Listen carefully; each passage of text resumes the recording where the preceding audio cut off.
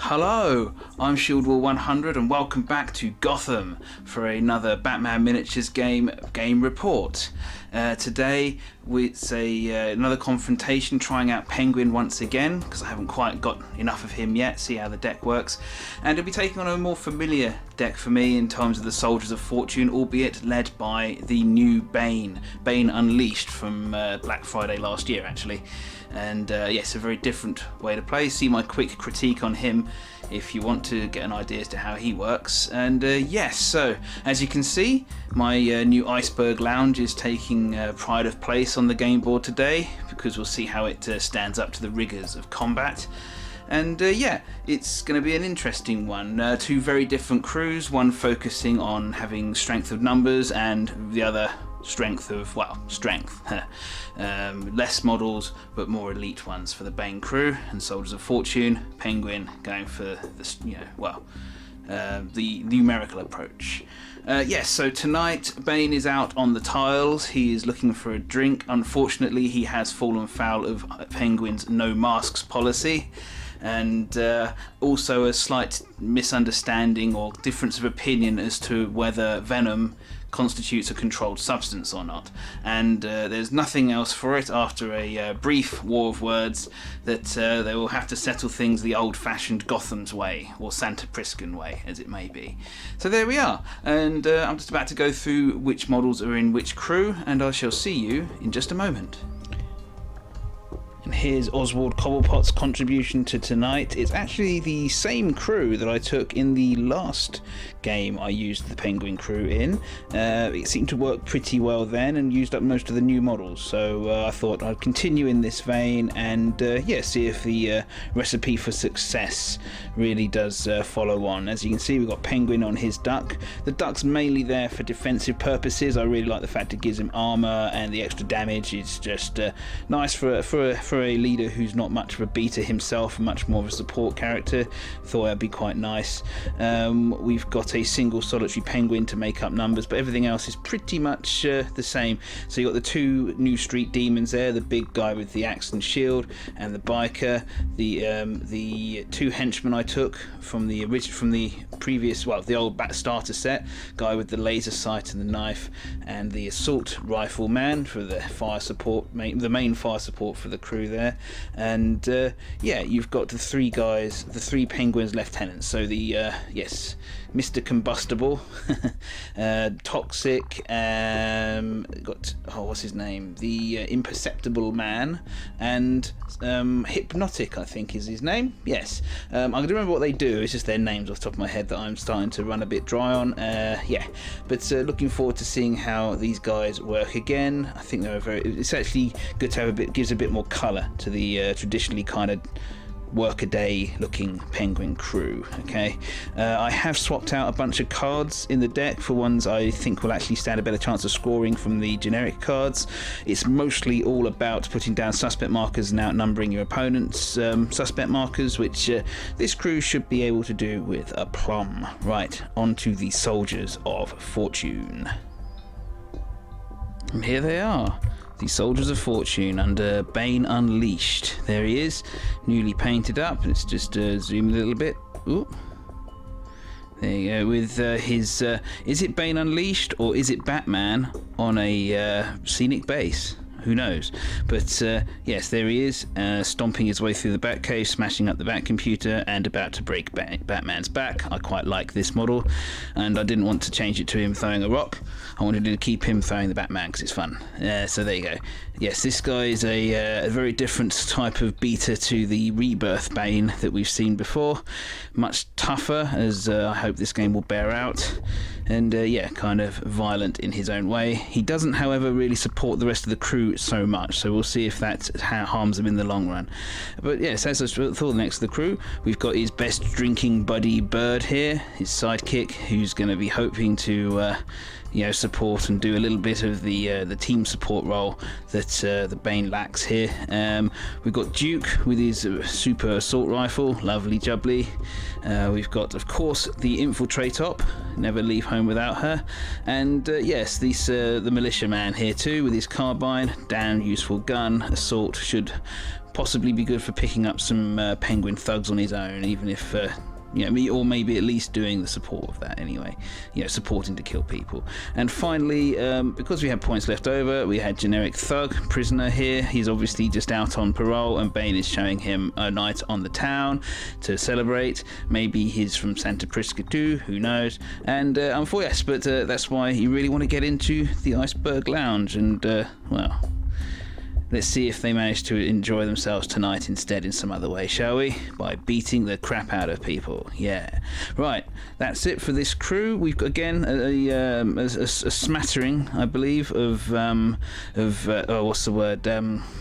of equipment here and there. Not too much. They used up most of their funding on weaponry and guns, but we'll get there. And as needed, I'll tell you about it as the game proceeds onwards. Okay, right. Let's get on to deployment. I've got to set up the cards and all the bits and pieces. So I shall adjourn and see you guys later on. Right, all the models are now on the board. Okay, the way I did this, to be a bit more thematic, I didn't draw a deployment zone card. I've gone with something in my own little head, and you'll probably pay the price of that for a reduced experience now, but never mind. I don't care about you. So what I decided to do was that the Penguin crew would deploy in and around the Iceberg Lounge, and the Bane crew would appear in a 6x12 sort of rectangle at one of the bottom corners here, and they've chosen this one over here. I'll tell you why in a moment. Starting with the Penguin crew. The Penguin crew would deploy first in full, and then the Bane crew could deploy in one or the other of the two zones I came up with. Penguin first and foremost out here, of course, because on his vehicle he'd be pretty stuck if I put him on a higher level. So there you go. So as you can see, a little Penguin, Mr. Toxic, his big old henchman there with the axe and the shield, and the rest of the crew sort of scattered around. I went for the assault rifle guy covering up here, so he's got good field of fire, especially if the laser sight henchman gets a bead on someone. Don't worry about the sewer marker on the roof. Don't think about that too heavily, otherwise you'll start calling me out. So two of the more interesting henchmen up here. The imperceptible man here, and the biker around about here. Yeah, so pretty cool. All in the vicinity of the Iceberg Lounge, like I said. Bane's crew is for the most part down here, with the main man himself and Bird, the militia veteran here, along with Duke and the bodyguard prisoner here, although not so sure how much of a bodyguard he's going to be to Bane Unleashed. So if there's any model that doesn't really need it, it's probably him, but we'll see. He was cheap to get in. Oh, he's actually, I don't recall if I said, he's actually got the one of the boys upgrade as well. Thanks to Bird's presence, it makes him a veteran, so it's another veteran on the board. So yes, nice, very useful for the scoring of the deck. And last but by no means least, Infiltrate Op has the hidden trait, and I decided to pop her up here on the Iceberg Lounge itself, because I thought it'd be fun. And she's got defense 5. I figured henchman, if against other crews like Court of Owls, I wouldn't dare do this, but against Penguin, his henchman ain't all that. So as far as I'm aware, and so I figured, why not put the cat among the pigeons and put her up here? Could be a bit of a laugh, and get some use out of the multi-leveled abilities of the Iceberg Lounge here. Okay, that's the deployment zones all sorted out. I've drawn the initial starting hands for the objective cards, and I'm about to go into turn 1, so without further ado, let's get to it. Okay, the first two phases of the first turn are now complete. Penguin won the initiative in the take the lead phase with an easy 6-2 victory on the die roll for initiative. Nice and easy for him. Right, in the audacity phase, the raise the plan phase, the audacity phase, a couple of cards came out for Penguin. For objectives, territory fight, we've seen this before, 3 points. He's got to hold more quarters of the board by the end of the turn than Bane. And secret equipment bases for 2 points, has to have more suspect markers at the end of the turn with it than the Bane crew, the Soldiers of Fortune crew, near this here lorry and this red car over here. The red car. Yeah, and so that's that. That gives some early missions out. Obviously, Penguin has the advantage in both of those missions, given the fact that he has more models to activate and therefore more scope to put down suspect markers and control parts of the board. But the Soldiers of Fortune have got to work out whether they want to try and thwart those plans or just play their own game and try and outscore in the long run. We'll see how it goes. I guess it might depend upon what cards they've drawn as well. Right, no cards played for the Soldiers of Fortune crew, incidentally. Didn't get any to come up in these first two phases this time, but can reveal who's got the audacity now. Start with the Penguin crew, since you can see them in yellow. Got Mr. Toxic, of course, the Penguin himself, of course. The Imperceptible Man has audacity to make use of that conceal ability. And finally, the Thug with the assault rifle as well, who's gifted it too, because probably he's going to need to do some moving around. Okay, right. Let's move on and get on with some actual activations and moving and stuff. Penguin has the initiative. Yeah, the Imperceptible Man went first, trying to get that concealed ability. So obviously, I don't know what he does, takes his clothes off or something. First of all, he had audacity. If you recall, he was up here. He, used a special action to activate conceal. That means he can only be seen by enemy models if they're in base contact with him from now on for the rest of the turn. So yeah, no shooting at him, despite the fact he's going to be out in the open. He popped himself down here, having to jump down from the Iceberg Lounge, and used his manipulate action to pop down a suspect marker within 4 inches of the lorry. So yeah, I'm starting to put pressure on Bane's crew already with those objective card scoring shenanigans. Okay, that concludes the Penguin crew's turn. I forgot to mention who has audacity in the Soldiers of Fortune crew. It's Claire, the infiltrate op, on the top of the Iceberg Lounge, and these three guys here: Bane, his sidekick, what's his name, Bird, and the assault rifle toting goon here. Okay, right, that's that. We're going to move back to now we're going to move on to the Soldiers of Fortune, see what they're up to. Bane opted to use one of his 4 passes, so we're back to Penguin. Mr. Combustible activated next. He's one of my favourite models.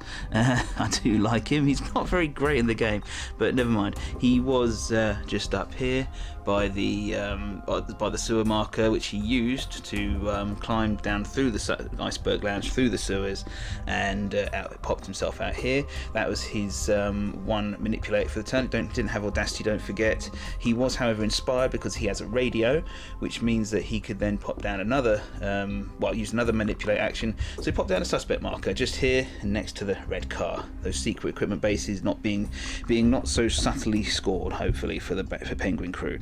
But yes, back to Bane. Is he going to start taking actions? We'll see. And indeed, the Soldiers of Fortune did activate. Okay, they went with Bird first. He was back here and he had audacity. So first of all, he used his special action to activate his military tradition. Trait, which gives every veteran within 8 inches of him a 2-inch movement boost, which is why the entire rest of the crew has bunched itself up the pitch a little bit, because they've all got veteran. He then used his movement to go quite far up here. He's got movement 10. He is inspired by Bane because he is one of the boys, so despite being a sidekick, he can be inspired by the boss. We had a tactical action and a manipulate action. That means he used a tactical action just to close combat attack the lamppost he was in base contact with, so that's gone now. And he popped down a suspect marker as well with his last manipulate. By putting the suspect marker down, it's just within 8 inches of this biker. He's out of sight of it, which enabled him to play Black Ops for 2 victory points, the first score of the game. First confirmed score of the game, anyway. It's an instant. There's the text. He had to put down that suspect marker within 8 inches and out of line of sight, which he certainly has just done. So 2 points on the board for Soldiers of Fortune, and over to Penguin. Oz next went Oswald Cobblepot, to use his full name. He activated with audacity. Let's just remove that, sorry, excuse me.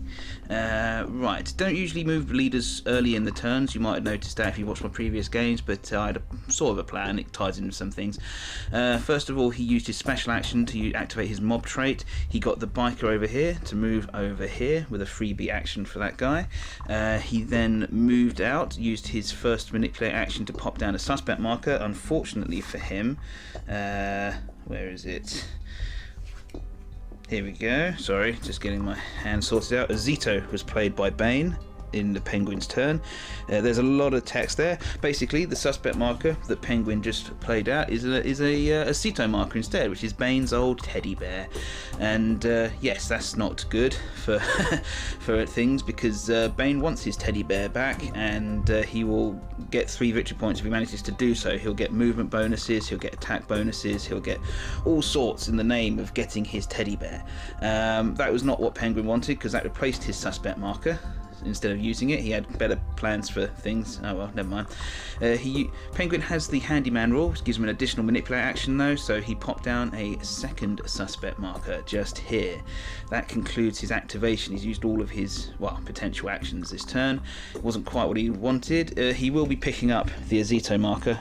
It's going to go on his. It's going to go on his profile, character profile. Bit dangerous, obviously, very dangerous actually, stupidly dangerous, but Bane tends to get the bonus. I looked at the card. Bane gets the bonuses to move and to hit, and basically being angry within 4 inches of the marker, let alone whether someone's carrying it or not. So Penguin is currently armoured and defensive and stuff. It's the best he's going to get, I think. So yeah, we'll see how it goes. Yeah, but yeah, it basically works out just as dangerous whether he's carrying it or not, and this way no one on the Soldiers of Fortune can just come and pick it up. So better that it's on someone than no one, I guess.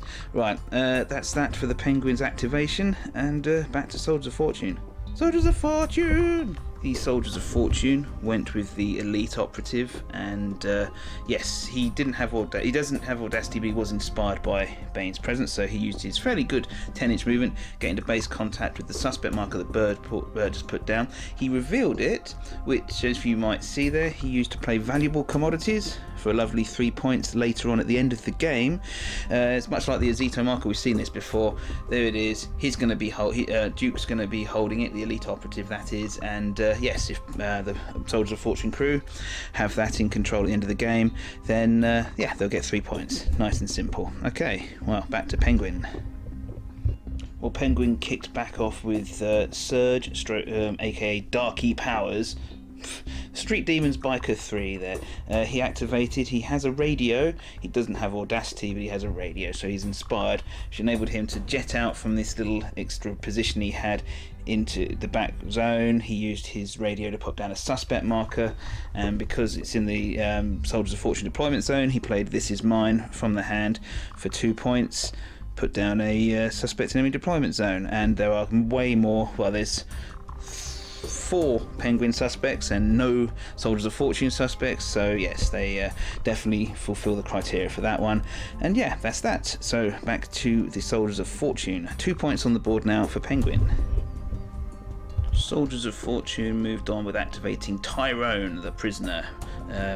And yes, he just moved upwards a pitch. He didn't have audacity. He's inspired by Bane, as most models are when nearby him, I expect. And yeah, he put down a suspect marker. Yes, and by doing so, he played Invasion for 2 victory points. It will score as and when.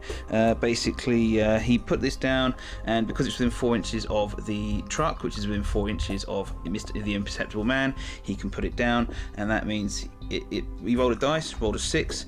This counter will reduce every single time a model moves subsequently at the end of their activation. If that reaches 0, so if the Penguin crew don't get rid of this suspect marker before then the 2 points will score. Okay, so yes, could have rolled a 1 but got a 6. Oh well, them's the breaks. Right, we're going to go back to the Penguin crew. Well, Penguin went with Aaron Durham Killer Taylor. Next, another Street Demon biker gang member, and he moved up, had audacity, didn't have audacity, sorry, but had on inspiration, so popped down, so picked up the suspect marker that Penguin had just put down, turned it into another piece of loot, just like the elite operative did for Soldiers of Fortune earlier. There's valuable commodities for 3 lovely points at the end of the game. Is going to go on the on this biker here. Okay, and yes, that's that for the Penguin activation. Perry, the militia soldier in Bane's employ, activated next. He simply moved up. He had audacity, if you recall. He popped down a suspect marker with his inspiration-based manipulate action, and then opened fire on Mr. Combustible. No, my favourite guy. But yes, caused 3 hits, causing 3 points of blood. It's only a light carbine, so just 1 point of blood per hit. Lots of dice though. But the strength die came up to 6, so he's also knocked down into the bargain. So no, oh well. And yes, 3 points of blood damage. Yes, Nasty is over halfway dead. Oh well. So yes, that's that. No cards played, however. Well, next up was Tanner for the Penguin crew. He was up here, if you recall. First of all, he drew a bead down on the militia soldier who just activated and opened fire. I think it was first gunfire of the game, it was just now. Right, firing down beyond the darkness into the where he couldn't see, took off 1 die, and its strength die that was, and firing beyond his normal range took off another one, and but so down to 2 dice, needing 3s to hit, and here they are, a 3 and a 4. 2 hits, doing 3 points of blood each, kills off the militia man. Bleh, death. Oh well. Yes, so first blood goes to Penguin. Nasty business. And yes, the numerical deficit widens ever wider in against Bane, but Bane's still got to go. We'll see what happens next. Infiltrate Op went next, seemingly unforgotten atop the Iceberg Lounge. She had audacity. She used her hacking ability to actually move the sewer marker up there, so Hypnotic can't just knock through it this turn. I forgot, yes, until just now that he'd been waiting to do that, and yeah, now he can't because he doesn't have audacity, so he'll have to move up there to get down, or just start walking. We'll see. But yes, so that's annoying. And can move or sewer markers with her hacking skill. That's hilarious. And she didn't have any other markers nearby to do, so it was just that one. She then moved to the front of the Iceberg Lounge and opened fire on the Street Demons biker with the shield. And unfortunately, yes, she hit a lot, despite the fact that it was she was using her assault rule, which meant that she was hitting on 4s instead of 3s. She still managed to score a hefty portion of hits after the reroll for the red dot as well on one of them. And yes, so it would have been 5 points of blood damage on the beleaguered biker, but he has the hardened rule, so he transferred one of them to stun damage. So not quite as brutal, but still pretty brutal. Yes, nasty indeed. Well, that's that for the Soldiers of Fortune. Back to Penguin. What can he do? Right, yes, we're with this Penguin goon here. He's just hopped down onto the floor. He doesn't have audacity, and Penguin's moved too far away to give him inspiration, so he's just playing tactically for future territory fights and whatnot, to give himself something to do in future turns. That's it for him. Phew, okay, where to start? Bane activated for the Soldiers of Fortune. It's their last model of the turn, and let's go back to where it all started. He was back here. He had audacity. First of all, he took his one of his venom doses. He has one for every day of the week. In so doing, he plays Search and Destroy as a resource. As you can see, play when playing models with venom dose, it gains plus 4 inches of their next move. So there you go. Right. So that gave him, with the Ozito bonus, all the move he needed to jet all the way up here and into contact with both the Street Demons biker and the Penguin himself. Right, when Bane uses a venom dose, when this version of Bane uses a venom dose, shall I say, he actually can choose to do, instead of taking the normal venom bonus, he can choose to do blood damage instead of stun for his attacks, and that's what he went with because he's looking to do some danger. And right, what happened next was he has his attack value of 6 and the strength die. He split that, with 1 die going to the Street Demons biker and the rest all going on Penguin. And right, he hit the Street Demons biker, who put in maximum efforts to try and get as many dice against it as possible because he's already damaged, don't forget, and managed to get the crucial 6 to prevent it. So Street Demon biker actually took the 3 efforts, has actually put him up to one off of going unconscious anyway, so not so good for him anyway. But to the main event. Penguin versus Bane. Yes. Well, first of all, as soon as Bane got within 8 inches, My House, My Rules was played by the Penguin. It's his own special objective card. Target an enemy boss within 8 inches, enemy model within 8 inches of your boss, and basically every time Bane from now on places a suspect, inflicts a KO, or removes model as a casualty, 2 markers go on this card. When there are 5 markers on the card, score the card. Okay, and so yes, that's that. It's just maybe a little bit of a handbrake, but maybe not. Bane then attacked because Penguin has Ozito. He's on +1 to hit him, so hitting on 2s, great. Bane did lose a die, but nonetheless Penguin failed to block any incoming attacks, even with the defense umbrella. Only blocking on 6s, so it's difficult. And the fact is that when Bane attacks, in this version of Bane attacks an enemy boss, he crits on a 3 or more, which he did, and it's bleed 2 as well. So altogether it was 12 points of damage done to the Penguin. As you can see, he also put effort in. Bane matched him, and 6 points of damage to the Penguin, and 12 points damage to the Penguin, which is enough to break through the Penguin duck itself and also kill the Penguin as well. For the purpose of this game. I had no idea that an umbrella could be inserted that far inside someone, and unfortunately the Penguin crew is without its leader in turn 1.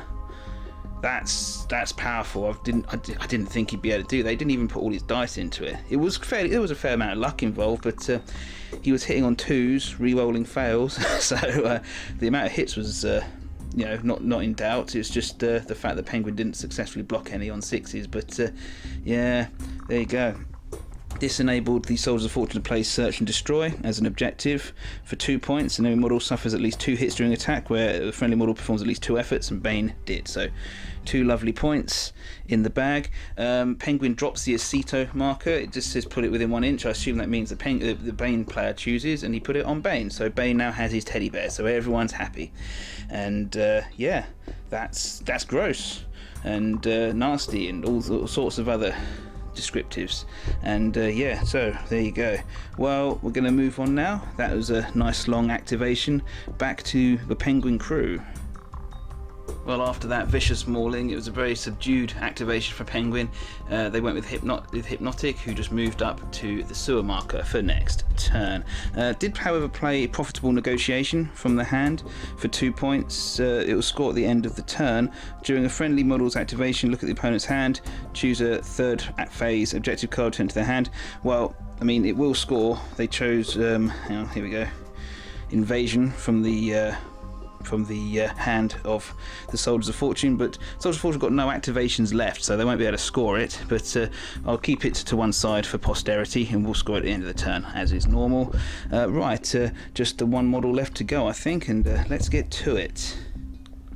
Well, I mean, Mr. Toxic activate next. Is the new boss for the crew, because he's, well, next toughest, I guess, and he moved up and attacked Bane.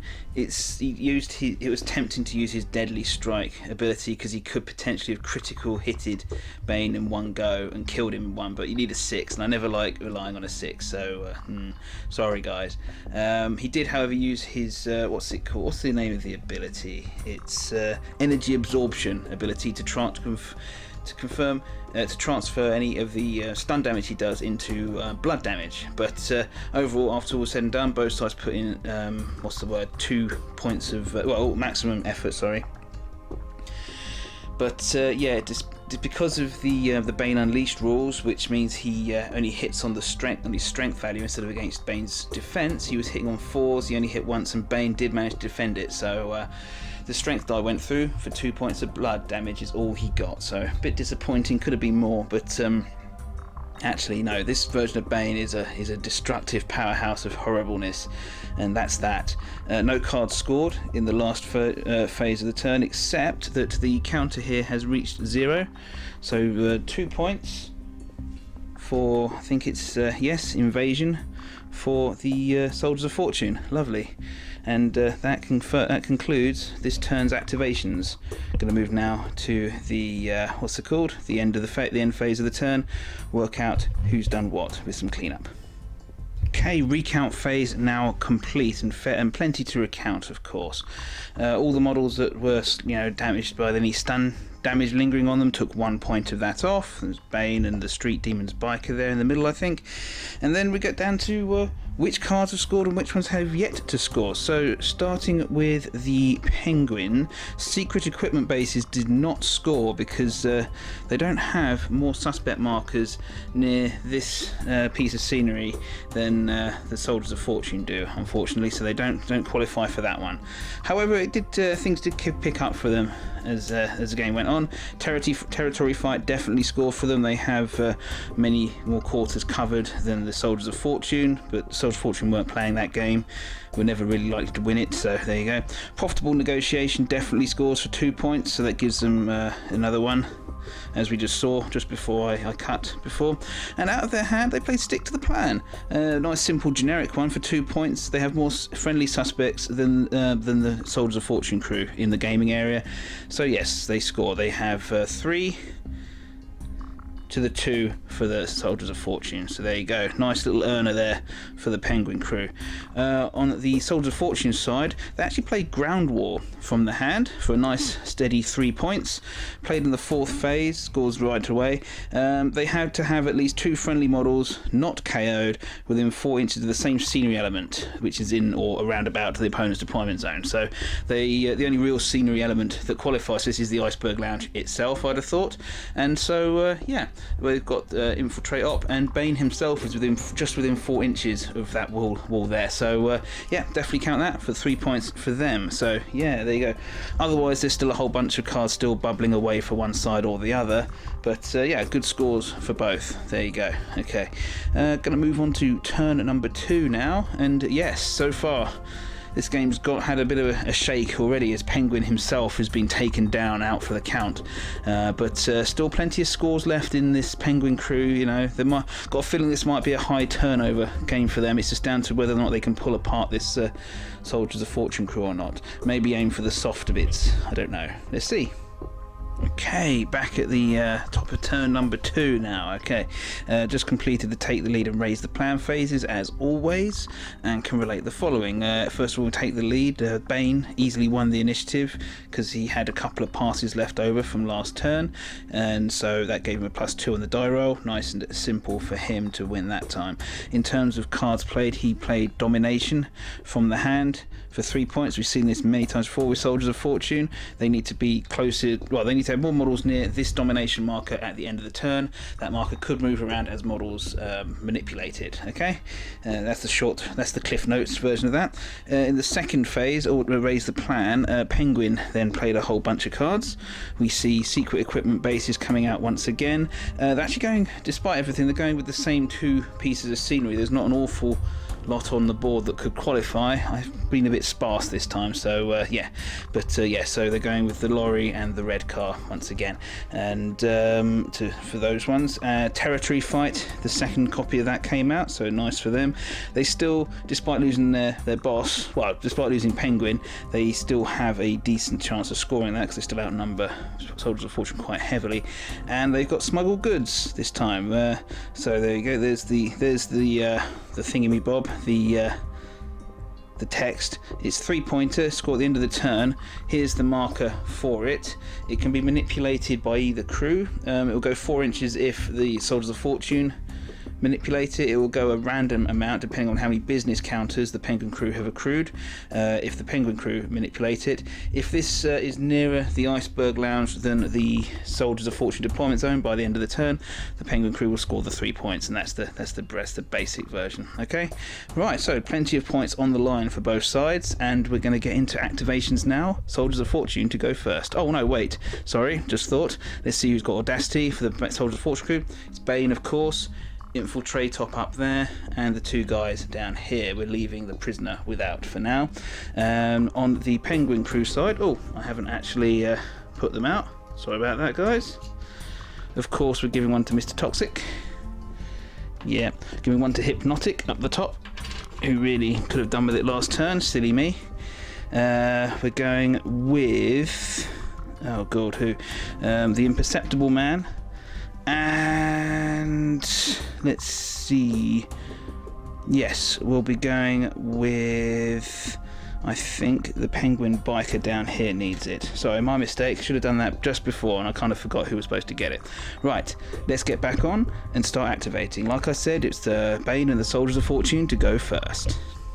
Okay, Elite Operative kicked things off. Duke himself, he was over here. He did have audacity. He first of all used his tactical action to actually open fire with his assault rifle on the Imperceptible Man, and because the Imperceptible Man, after if he'd had a chance to activate, would have been activated Conceal again, most likely, and therefore been free to cause disruption and annoyance in his own special way. So yes, Duke decided it was time to get rid of this guy, and get rid of him he certainly did. He opened fire, had all his dice.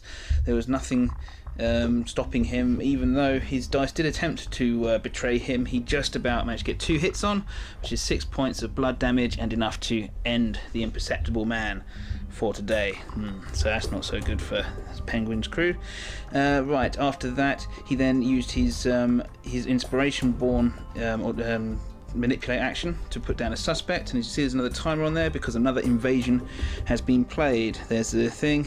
This piece of scenery certainly qualifies because it's within 4 inches of several penguin models, well, those penguin models over there. So yeah, there you go. Suspect within 4 inches of scenery is within 4 inches of an enemy model, so yes, it's within 4 inches of that there and there. There you go. So yeah, so okay. That timer will count down. If it reaches 0, then 2 points for Soldiers of Fortune. There we are. He then used his movement action finally just to pop himself around here. He is near the domination marker, and that's that. Okay, gonna move on to the Penguin crew. See if they can salvage something. The Street Demons biker activated with audacity. He was back here. He moved up. Don't forget he has a radio, so he's still inspired as well by Mr. Toxic. He used his because he had audacity. He used a special action to activate instinctive shooting, meaning he didn't lose any dice from moving and shooting, and what he did at the prisoner, rolling his dice. He has a red dot on his pistol as well, which meant he re-rolled a miss. Unfortunately, it was only 3 hits as opposed to the 4 which would be needed to kill the guy, because he's a very weak prisoner, this prisoner, doing 3 hits for 3 points of blood, 3 points of stun, and yes, that's him done. 1 off of killing him, which would have been very useful indeed. He then was next to the the smuggled goods counter, which he manipulated. There were currently 4 business counters that the Penguin crew has, so he actually made them move it 6 inches up over here. So nice, good movement there for them. There's a lot to go fetch if Soldiers of Fortune want to do so.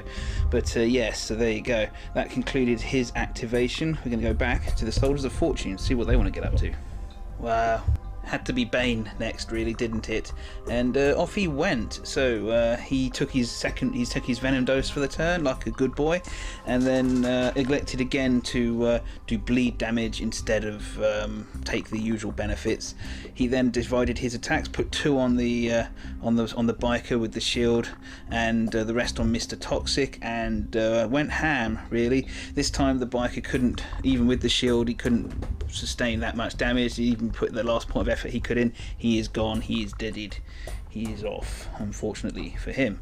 The Mr. Toxic then had to fend off the remaining attacks. This Bane's attacks being handy now, having rerolls, is really useful. And yes, the critical came up against the boss. Yeah, so he did that. He threw Mr. Toxic away.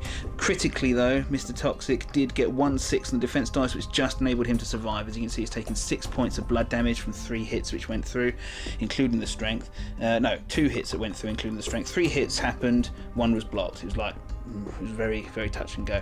And yes, he's there.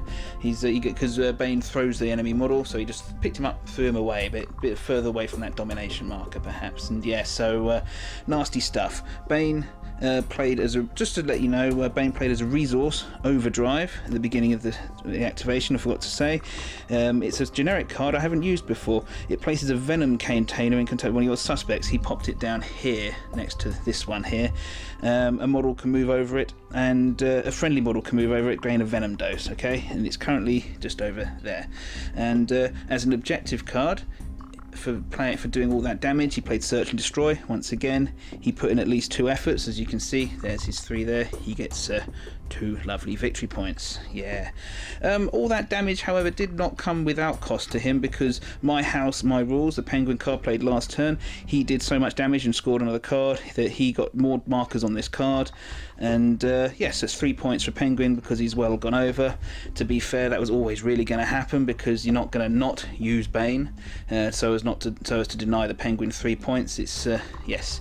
Overall, I think the Bane crew really needs to make use of Bane as opposed to hide him away at this point, and that's just what the price you pay. But nonetheless, despite all the damage just done and all the damage counters lying around and the thrown around models and yeah, wasted activations for Penguin, that's actually cost the Soldiers of Fortune more points than they gained. But hey, you know, we'll see if it's worth it in the long run. It's back to the Penguin crew now. Penguin Thug 2 activated next from his vantage point here. He had no audacity, is not in inspiration range, it being shortened due to the fact it's not a leader offering it. And so, yes, he just had opted to open fire, used his second round of ammunition. He has 1 left because he bought an extra magazine out of purchasable funds at the beginning of the game. And he opened fire on Bane. And because of Bane's like flies to me rule, instead of using the defense of the target, which would be Bane's Paltry 2 to hit him, you actually use the model that's attacking strength instead. So whereas the Rebirth Bane, for example, would be taking a huge amount of damage probably from this. Oh, sorry, just gotta remember something. Sorry about that. I had to lean for a second there. Instead of getting bullet hold basically, like the old Bane, like the other Bane would have done. This model actually only took 2 hits out of the 4, you know, which is not too bad. Of course, the Venom and Rage kicked in, reducing the 6 points of blood damage down to 4, which is good because it ignores the first 2 damage tokens taken this turn. So there you are, 4 points of blood damage to Bane. It starts to add up, but he has 14 endurance, so it's a long way to go. I was kind of well, the Penguin, yeah, as Penguin I was kind of hoping to get a few more hits, because this guy's actually strength 4 plus, so he hits on 4s. He could have, with a good roll, he could have done a huge amount of damage to Bane, and that would have put a different complexion on the game entirely, but was not to be. Well, 4 damage, it's starting to accrue. You can't ignore it, can't take that off you very easily either. So right, well, back to the Soldiers of Fortune, see if they can do something about this. The Soldiers of Fortune went with Bird next, the sidekick to Bane. He activated with Audacity, if you recall. He was over here. He picked up, not only did he pick up the Venom marker on his way round, he also picked up the Penguin side's valuable commodities, the loot marker, which was dropped by the Street Demons biker with the shield before when he got killed by Bane. And so yes, he's holding on to that. He's moved up over here into combat with Mr. Toxic. He took the Venom dose, but not before Free For All was played from the hand as a resource for 2 of the 3 resource points. Until the end of the round, friendly models may use a dose without spending it, so he doesn't even have to. He still has a Venom dose for next turn as well, which is useful. So with the additional, you know, freebie efforts, he put 1 extra in to get the 3. Mr. Toxic put 2 in, as you can see there, to because he's literally fighting for his life. But that was all he could put in. 1 point, the strength die did come up trumps for the weapon master Bird here with his combat knife, causing 1 point of blood, 1 point of stun. Unfortunately, that is 7 points of blood damage on Mr. Toxic, who is also dead, off the board for the purpose of this game. Another casualty against the Penguin crew, another model with Audacity unable to activate this turn. That's ridiculously bad for them. And yeah, no points scored for Bane and Soldiers of Fortune, but just good old-fashioned damage, and that's nasty. And yes, got to work out who's going to be the new boss for the Penguin crew now. Okay, well, back to them. Okay, Hypnotic is up next. He was at the top here with Audacity. He first of all used his manipulate action to pop down to here where you see him now. He then used his hypnosis ability on the prisoner here, who gets 2 actions. It was an easy opposed willpower roll that he managed to get through. And so first of all, the convict moved here and then revealed the suspect marker for Soldiers of Fortune, which cancels out the invasion card. because it was ticking down almost to 1, and so yes, that can't score now because that's been picked up. Then after that he's done now, but This Is Mine was played as a resource for 2 of the 3 resource points, which is a lot. During the friendly model's activation, place a suspect in contact with an enemy suspect within 8 inches of this model, then remove that enemy suspect. So you'll notice that there was a Soldiers of Fortune marker just here, there's now a Penguin suspect just next to it, so nice for them. So yes, Penguin crew still capable of scoring, still capable of causing mischief, but yes, the damage is being told against them, but yes, it's all about scoring points and they can still do that. Infiltrate Op for the Soldiers of Fortune had a very simple turn. She moved around here and popped down a suspect marker. It's out of sight of this chap who's within 8 inches, and so Black Ops was scored once again from the hand for 2 lovely points. There's the text in case you want to see it, but we saw it before this game. And yes, so a nice simple 2 points. She then used the last of the resource points for Soldiers of Fortune to play Domination.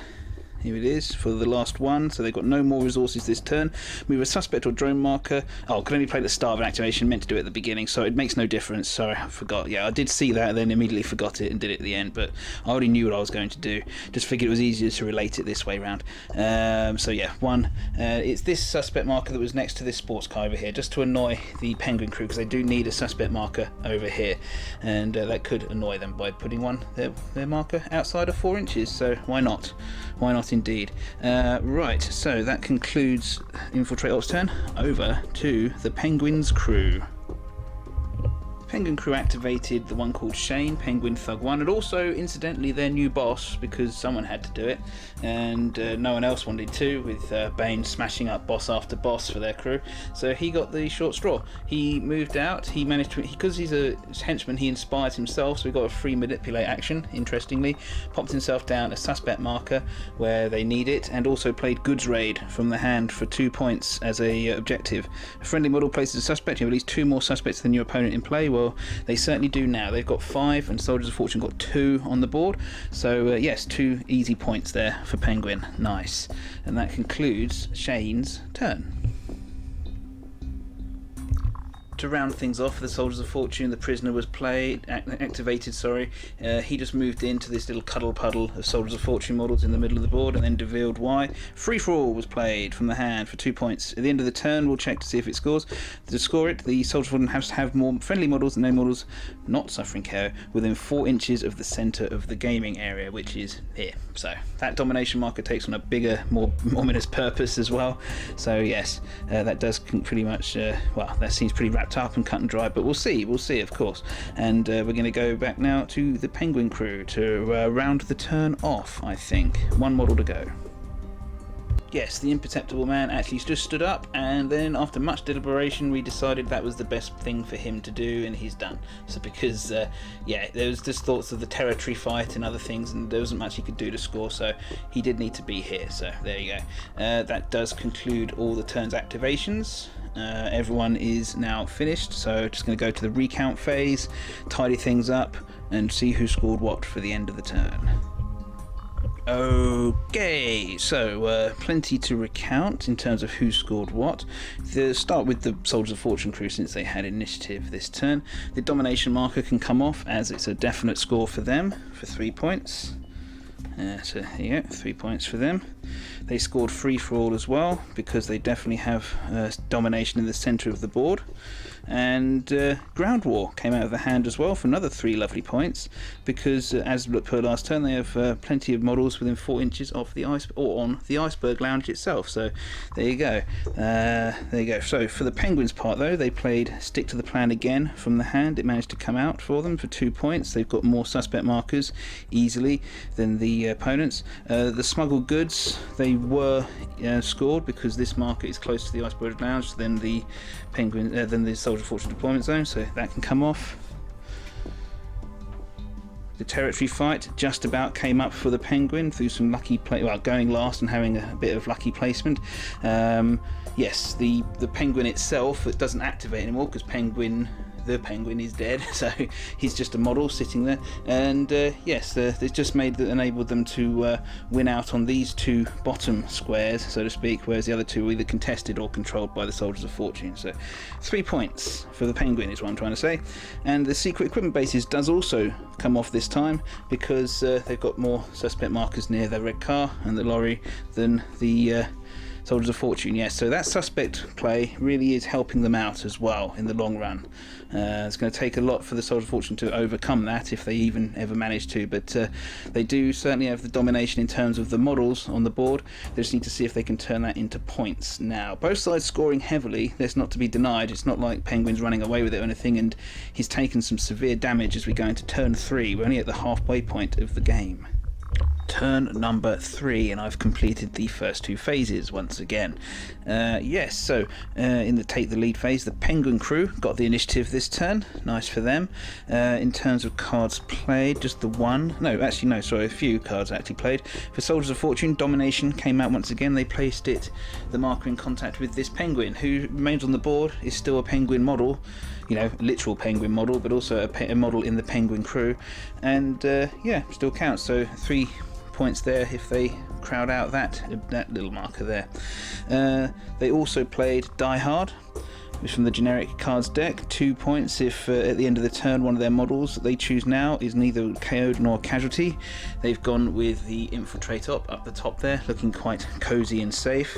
For the Penguin crew's part, they also played Die Hard. Same card, same generic deck, and they've actually, it was a lot harder decision actually, since they're all fairly soft and squidgy, but they've gone with the biker, reasoning that he has a better chance of keeping out of trouble. So they'll see if they can, you know, if that will stay true for them. In the second phase, I put out Audacity, but the Penguin also played, for fun, Smuggled Goods once again. Yep, there's the text, but yet they got to get the smuggled goods, which is this event marker here, closer to the Iceberg Lounge than the enemy deployment zone again, by the end of the turn. Secret equipment bases again was played. It came into the hand quite a few times. The reshuffling is favouring this card quite a lot, and if it ain't broke, don't fix it. They're going with the red car and the lorry once again. So there you are. For who's got Audacity, it's a lot easier for the Soldiers of Fortune than the Penguin. Again, really, both sides down to 5 effective models. So yeah, Bane, the elite operative, Bird, and the Infiltrate up for Soldiers of Fortune.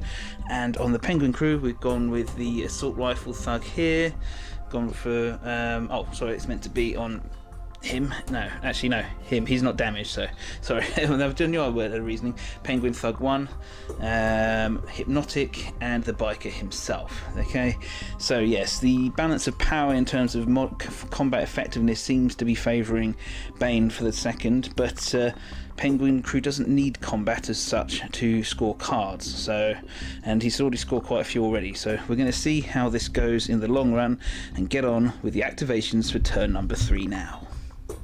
Okay, first up is the Street Demons biker. He has a mission to do. He was over here, if you recall. He first of all manipulated the smuggled goods marker that she was in contact with and put it up here.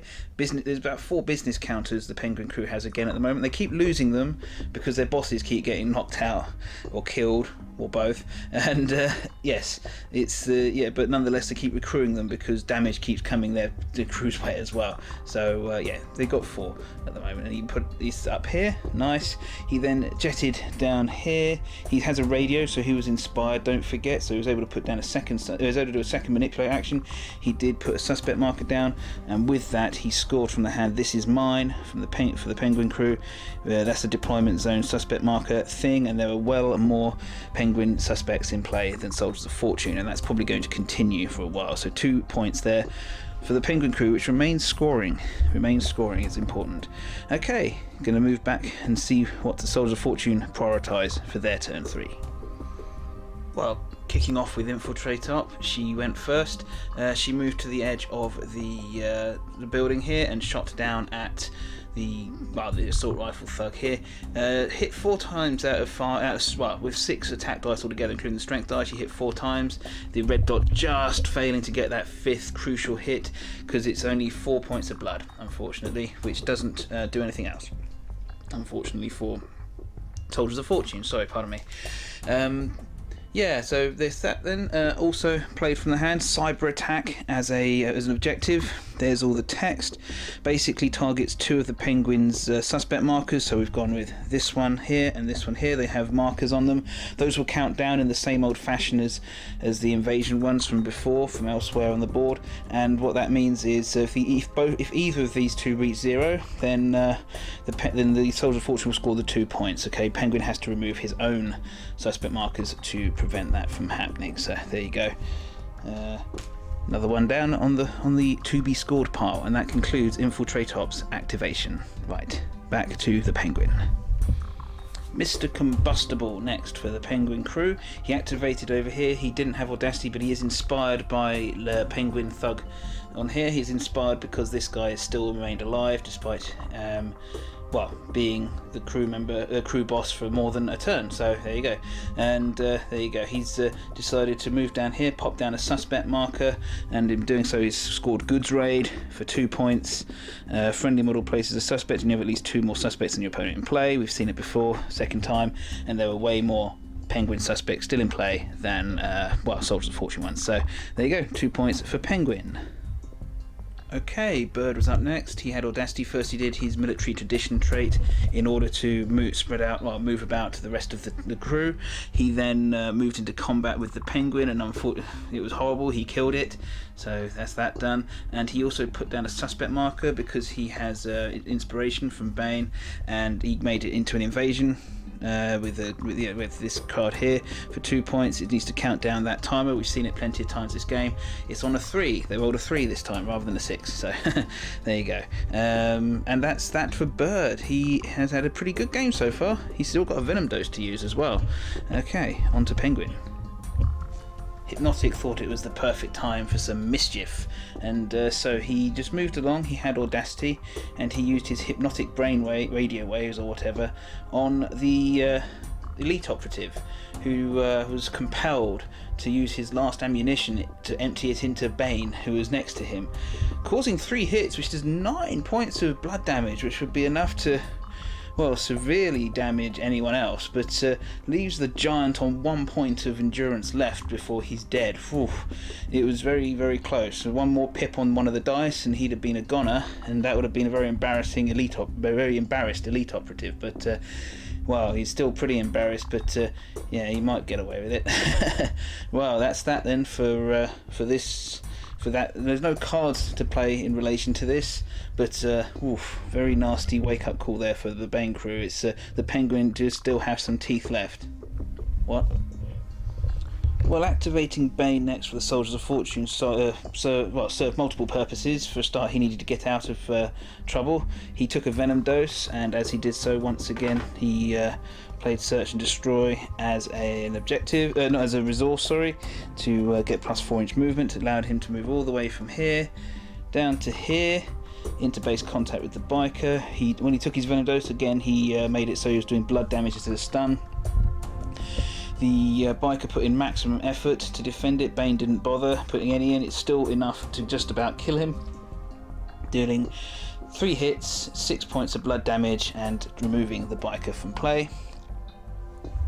Having done that, Bane crew was able to score Overdrive for 2 points. It's another generic card. When an enemy model declares an effort when defending against a friendly model's attack, that friendly model does not declare any effort. So yes, he'd have scored this whether he'd killed or not, but crucially it will prevent the Die Hard from coming true for the Penguin crew from earlier, if you remember. But so there you go. So now obviously it also serves the fact that Bane has Venom in Rage now, which will help him ignore the next 2 points of damage coming his way. So if he's lucky, that will hold him in good stead, but we'll see. Oh, and one other thing, before I forget, these 2 counters, since they're on the thing, will actually tick down to 0 now. So, where is it? Ah, yes, here we go. So the invasion card scores for the Soldiers of Fortune as well. Right, over now to the Penguin crew. Okay, Assault Rifle Penguin Thug went next. He was up here. He had audacity. He first of all opened fire upon the elite operative Duke, doing, even with the light armor, taking off 2 hits, got through enough to kill Duke. And that's don't forget, that is the valuable commodities sitting there unclaimed now for the Soldiers of Fortune, because he was carrying it. So they're there, and although it will come off, he then decided he was going to pop himself down and contest this domination marker. That's all he can do. So that is him done. Over to the the Soldiers of Fortune again. Yeah, the prisoner is the last model to go for Soldiers of Fortune this turn. He's the only one left, so he didn't have audacity. He's got nothing else to do apart from walk over and help with the domination marker, to be perfectly honest. He can't even manipulate it to move it along a bit. And I've made a bit of a boo-boo earlier. I said it was the invasion counters down here which scored. It was actually the cyber attack. My mistake. I got them mixed up, because easy enough mistake to make, because the invasion marker is actually up here and that one has just ticked down to 0. So they both scored anyway. So either way, both those cards did score. So that's that for the Soldiers of Fortune. And we're going to go over to the Penguin crew to finish off their turn 3. And to finish things off, Penguin Thug 1, aka the new current boss, has activated. He moved over from here. He picked up its valuable commodities that belong to the Soldiers of Fortune on the way, to deny them their points for the time being, and he's just got himself within 4 inches just about of that domination marker to help out. That's the reason he went that way. He's not feeling particularly suicidal, but nonetheless, things have to happen in order to prevent points being scored. So there you go. Okay, that concludes turn 3's activations, I do believe. Everyone's had a go, and yeah, it's going to go. We're going to go to recount phase now, and just top things up for the turn. Turn 3 recount is done, so let's go through the cards. Start with the Soldiers of Fortune, why not? Domination critically didn't score at the last moment there because it's 2 models apiece nearby, so that will go back into the deck to be shuffled. The Die Hard, however, does score for 2 points because the Infiltrate Op is as yet untouched up there, so nice for them. Penguin crew, their Die Hard card, however, did not score because the Penguin biker gang model on the bike is a horrible twisted pile of blood and bike parts, so yes, not scoring that one anytime soon. Nope. However, not too bad else otherwise. The smuggled goods comes out once again for Penguin because that marker is all the way up there closer to the Iceberg Lounge. Stick to the Plan was played once again. They managed to get that 3 turns out of 3 for those steady 2 points. It's very nice just for having more suspects out in play. And once again, as we know, secret equipment bases did come out for the second time it's managed to score. That's the last time it'll be on because there's no way Soldiers of Fortune are going to get rid of all those suspect markers. So yeah, a good, still steady, good scoring there for the Penguin crew despite everything. It's going to be a very close one, this game, I can tell already, but we're going to go into turn 4. Things can still change. There's lots of points to be had on the board as well, and we're going to see who can score them. Right, back in a moment. Okay, into turn 4, and all still to play for. I feel that Penguin has the lead right now, but there are certain factors in play which could flip this any moment, especially since, there's still a lot of damage dealing capacity on the Soldiers of Fortune side. Right, in terms of who got the initiative, well, the Soldiers of Fortune once again got the initiative for this turn with a decent die roll, and they played Domination once again, with the marker being placed next to Hypnotic this time. For their part, the Penguin crew played Smuggled Goods. And they put the marker just there, hoping to get it as close to the Iceberg Lounge as possible, but and then they also played Territory Fight because it was in their hand. Might as well play it. You never know, they might get it off, they might not. 3 points if they do. At the very least, it gives Soldiers of Fortune something to think about. Okay, on to Audacity. Well, every model on the board has Audacity now. We got to that part of the game. And we're going to carry on now. And Soldier of Fortune and Bane to go first.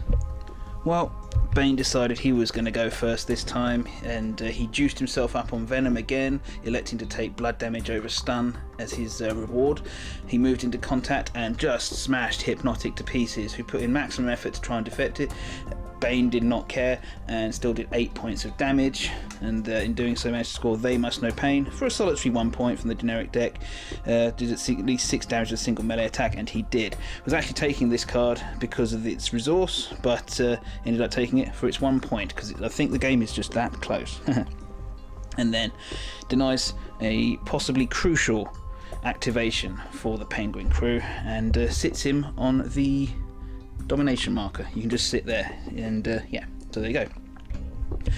Gonna go back to the Penguin crew now.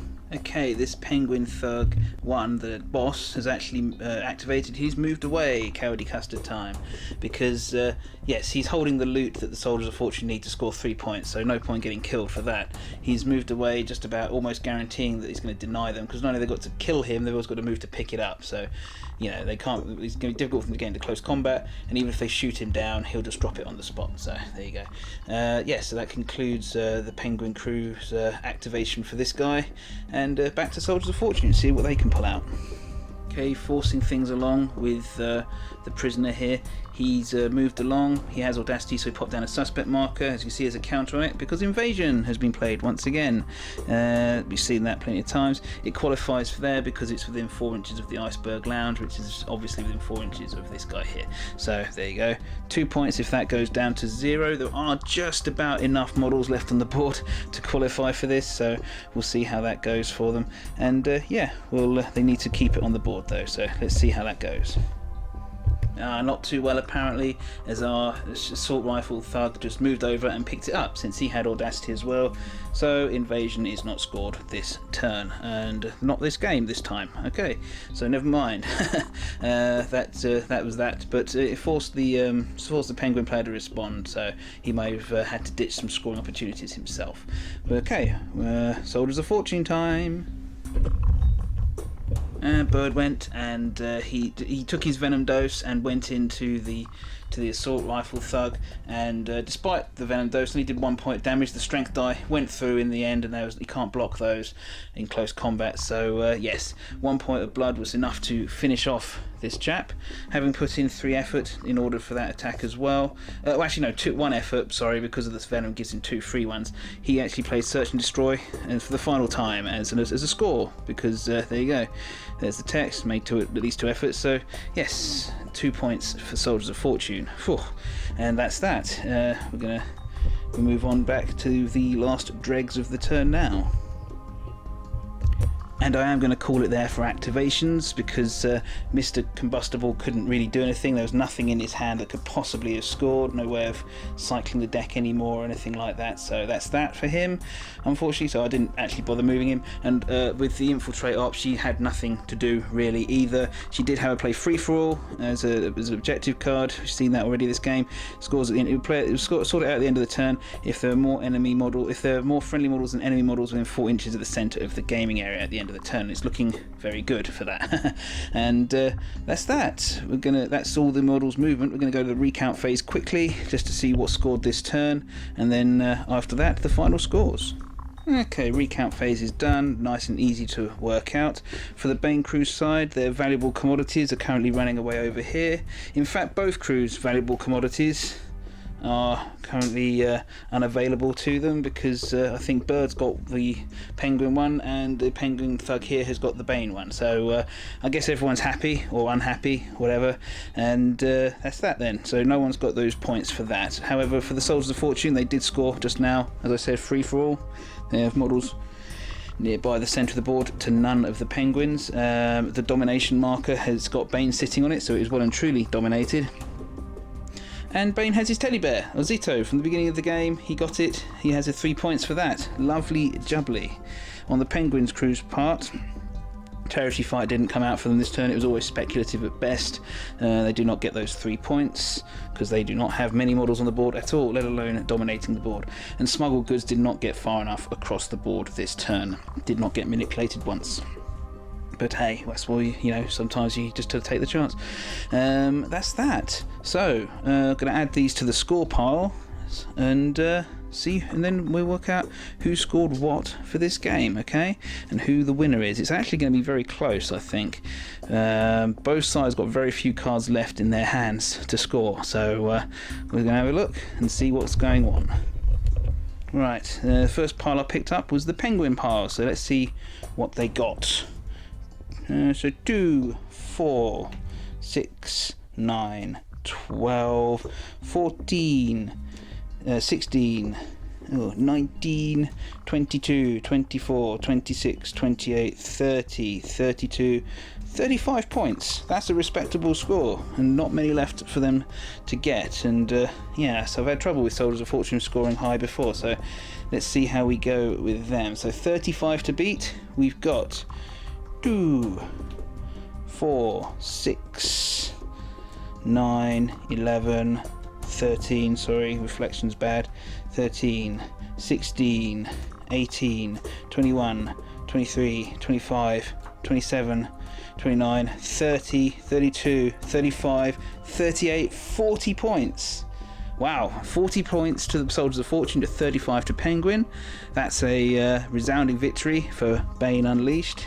He can go and have a pint, or a, I don't know, I guess he's probably a slimline tonic, slimline gin and tonic, I suppose, sort of chap for, in the Iceberg Lounge. He's he's a solid, scary boy, if you ask me. This guy, yes, he does a fair old job, and he's been carrying that Batman around all night, so I think he's earned himself a bit of a rest. There you go. What do I think? Yes, I think it's an interesting matchup, certainly with the two different emphases on the way the crews are built. The Penguin crew just is one of those ones like a League of Shadows, actually, as it turns out, where you've got to build your engine of suspect markers on the board in the right places, and you can just accrue points without having to put much effort in. That's nice. You just got to be able to do that. Your henchmen are kind of squishy. Even your boss is kind of squishy in this situation. No one can stand up to Bane Unleashed. Got to file that away in my little brain. That shouldn't leave penguins in stomping range. But it was an Aceto marker and the search and destroy resource, which actually gave him the speed boost necessary. So it was kind of unfair. It wasn't really, to expect. It wasn't exactly something you could really predict or really mitigate much against that kind of speed for Bane to get right over there in turn 1. But never mind. These things happen, and these things are funny when they do happen. Yes, in terms of the Soldiers of Fortune, I really did try and play it that they were just sticking to their own objectives rather than trying to react to the Penguin ones. They've got to score their own cards, and that just involves sticking to your game plan, setting your stall out, dominating the parts of the board you need to, and killing anyone who comes too close. Obviously, using Bane to kill at least one model per turn is very important, because he's just such an investment in points. But this Bane Unleashed is certainly capable of doing that, especially since he can now cause bleed damage on his victims, so that's really solid. And he survived to the end of the game, so this is a good version of Bane to have. The Penguin crew, I think I need to get a bit more practice in with them. They got especially with these funky oddball models they've got as well. With Penguin's lieutenants, you've got so many options, you just got to keep track of them. Be a lot easier in solo play it'd be a lot easier when I'm playing against an opponent, rather than trying to solo 2 crews at the same time. That's the thing.